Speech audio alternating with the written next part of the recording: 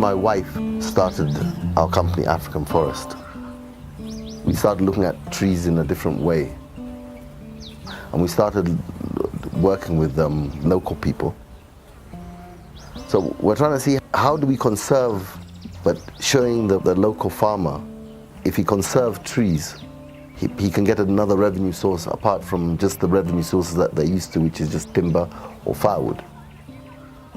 And we're a social enterprise. It's got to benefit the people, it's got to benefit the planet, and it's got to make a profit. It's got to create livelihoods. But we'll suggest why don't we plant this so you can get this out of it and these other product out of this. So we plant a different mixture of trees with the vision that in 5 years you can get some form of product out of there, and then 10 years you'll get another product out of there. So there's the same thing with the sandalwood. How can we get them growing it today for them to realize benefits 25 to 50 years from now? The sandalwood fragrance is highly valued. And I know that there's been a lot of illegal trade in it, especially even in our local community here. People came asking to buy this wood. They didn't give them why they were buying it, what value it has. So people sold it as firewood. It's a sad story, but now that they understand, and it's good that the government put a ban on it. We work with community groups that, yes, we went and we took this, we worked with them, we harvested sandalwood from them, but we want to go back now and say, listen, let's grow it again. Let's see how we can grow it, not for today, but again, for the future. We don't know the populations of this stuff in the country, so we can't just start harvesting.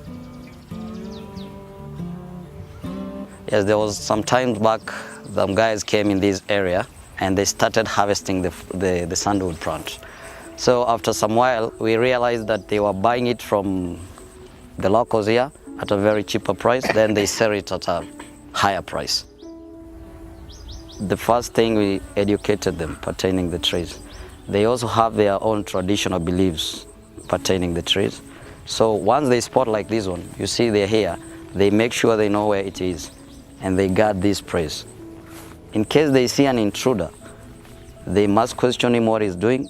If he's interested in sandalwood, they either chase him away. If he becomes rebellious, they inform the authorities. When you look at this area, among these ridges and these valleys, there were streams which were flowing to these streams before. But when the community who lived here, they did not have any source of income. They used the forest here to earn their daily bread. And this was the best tree that gave us money in this area. The rest we used them just for charcoal and even post for fencing our animals. But through this damaging, you see now we are now starving. Our animals now are finished.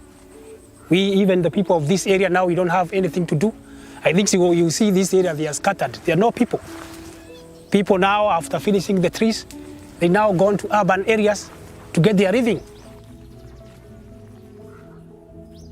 I work as a research scientist at KEFRI.